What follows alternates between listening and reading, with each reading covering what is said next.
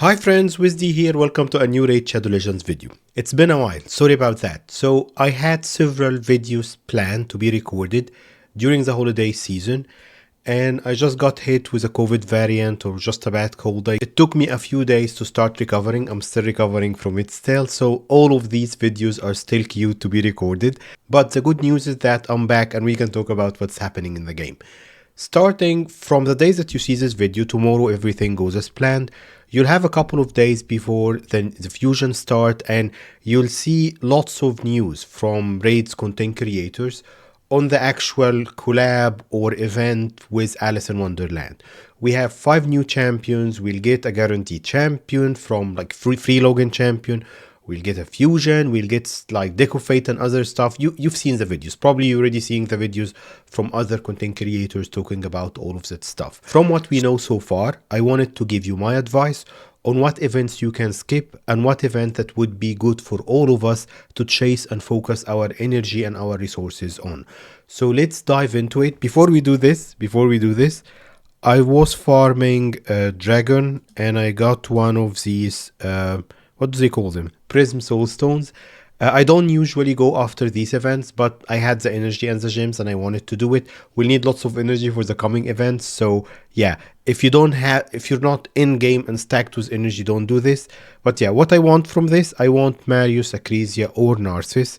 Yeah, I can use a Mishinaki. I don't have Harima, maybe Newt, Podrick, Artak, like I have them, and the epics of course, but what I'm really hoping for to boost my account is maybe a 6-star Acrisia, Marius, or Narcissus, but let's see. So I won't be able to do any other events, so it's just this one, so let's see what we'll get from it. An epic, okay. That's probably the worst of the bunch. With Focus is not a bad epic if your roster is limited, but for an in-game player, this is the worst pull ever. Anyways, let's start talking about the news and what you can skip or what you should prioritize with your resources. So the first thing that's going to be opening quite soon in the next few days is the event dungeon, and Pinpoint is back on the table.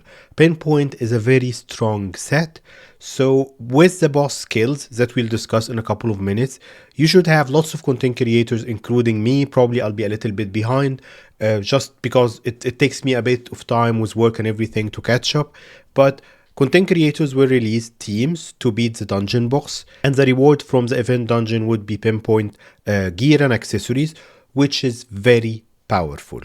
The stats that they give you, accuracy and speed, that's stacking across the 9 pieces, is great to complement anyone who needs accuracy and speed in your roster. So definitely the event dungeon is one of the things that we should prioritize. We'll talk about the other events, but whenever you have additional energy, let's say that you're doing the fusion, you're done with the dragon tournament for example, and you want to farm more for dungeon divers, farm it in the event dungeon. Farm it as much as you can during the lifetime of this collab or the Alice in Wonderland event to get good pieces from Pinpoint. They are very useful for all player levels. So that's the first piece of news that we have here.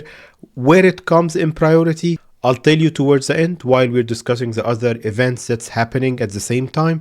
But whenever you have additional energy, dump it in the event dungeon, you will not regret it. Second piece of news, which I would say would be the least relevant, relics are really strong. I haven't studied relics enough yet. If I do, probably I can simplify them for you.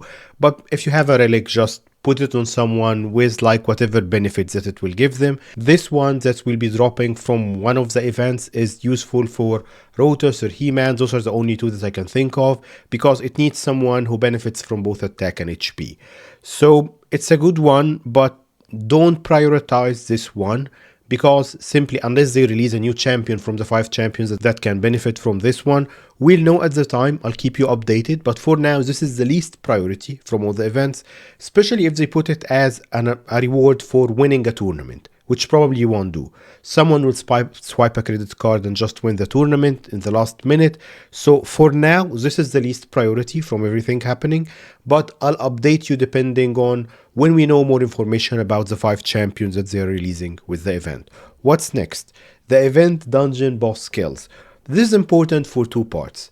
One of them is that this is the boss that we're going to be fighting to farm Pinpoint gear, and the other side is that This is going to be the character like Odin in the Asgard event that we're going to be for a deck of fate or a guaranteed event or something else.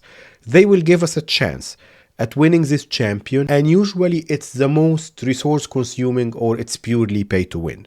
I'll let you know when they let us know, but for now let's check the kit to see how are we fighting this boss and whether it's worth it if you have, like, for example, 100 voids saved like myself, to wait and hoard them more for a chance at winning this champion. 100% decreased defense on an A1 AoE, that's great with a turn meter fail for everyone. This is very powerful. The A2 is one of the most powerful moves in the entire game. This champion is going to be more powerful even than Odin because it's a complete buff strip. Then you put a death brand, which is basically block revive when these champs dies, and then true fear on everyone else. So if you build this champion with high accuracy, that A2 is going to be very powerful. And it's going to be a nightmare to face in the dungeon. But of course, protection with Chimera and other things that are newer in the game, protected buffs becoming more and more relevant. So having that protection gear, I think that Plarium did a great job recently because protection gear wasn't that valuable. Everyone was looking at stone skin. Now protection is even, in some cases in PvE, more important than stone skin because having protected buffs, if you have protected, block debuffs on your champions, it's going to protect you from this on the dungeon boss. So having your buffer, especially the one that's putting out block debuffs in a protection set, 9 pieces if you can have it, will be very good for that. But that's a very strong A2, which makes me want to have this champion if we get a chance to have him without paying lots of money for it. The A3, also one of the most powerful moves in the game, like Lady Mikage. It's a full team ally attack, and if the target is killed, which probably he will be depending on who you have on the team, then it decreases the cooldown of the A2. Very powerful in PvP and in PvE, again a very powerful skill. And then we have the passive that gives this champion like Odin an extra turn, but it can be more powerful than Odin because it gives an extra turn every 10 turns, like what Odin does with the block damage. But here it's more powerful because it just gives you the turn and it lets you choose. Do you want to do the strip through fear death brand, or do you want to do the ally attack? It's giving you that choice every 10 turns, which is just like everybody taking a turn basically. So that's more powerful than Odin. I can think of a few ways, like I said, protection for example, of how to beat this dungeon boss.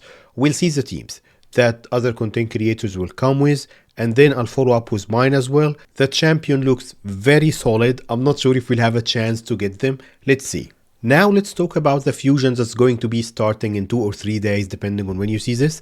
It's going to start on Wednesday the 8th, if I'm not mistaken. We don't have the exact kit of the fusion champion yet. They're keeping it top secret, but they gave us a taste of what this champion will do. Spreading the buffs, mildly useful.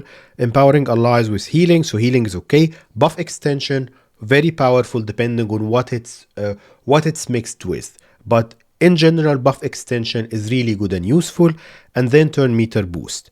So the thing is, depending on the skills, this champion looks good, but I would recommend very generally, don't quote me on it yet, till we know more in the next couple of days from the content creators, that this can be skipped. Because one of the things of using those open IPs or public domain IPs like Alice in Wonderland or Asgard or whatever, that the champions stay in the game.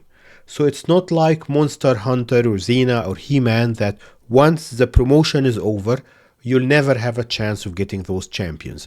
So this champion might be available, we're not sure yet. The kit sounds okayish as far as we know. I'll let you know when we know the exact kit, probably in the next 48 hours or so. But if you're like me, coming out of going for stock, Cernic and Lady Noelle, so you had a very stressful time on your resources, unless you're buying packs of course, then you need a break. You already had this break for, like, let's say a week or 10 days, but you need a longer break to recover your resources, especially that this event will include other things, like a deck of fate for a more powerful champions, for example, or to farm pinpoint, or for stronger fusions that will be coming this year.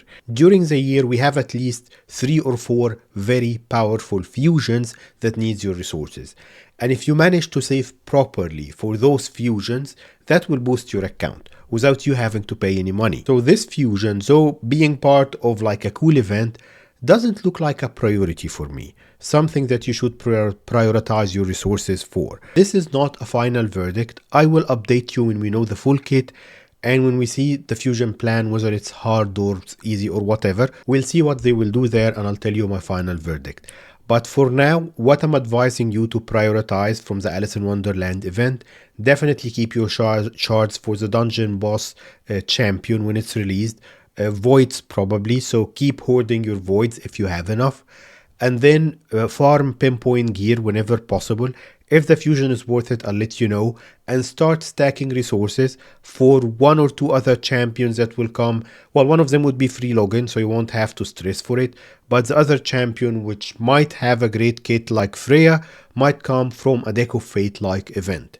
So for now, the fusion is not a priority and the relic is not a priority. That's my advice till the time of this video's release. When we know more, I'll let you know if I change my mind about anything. Thank you for stopping by today. I'll see you next time.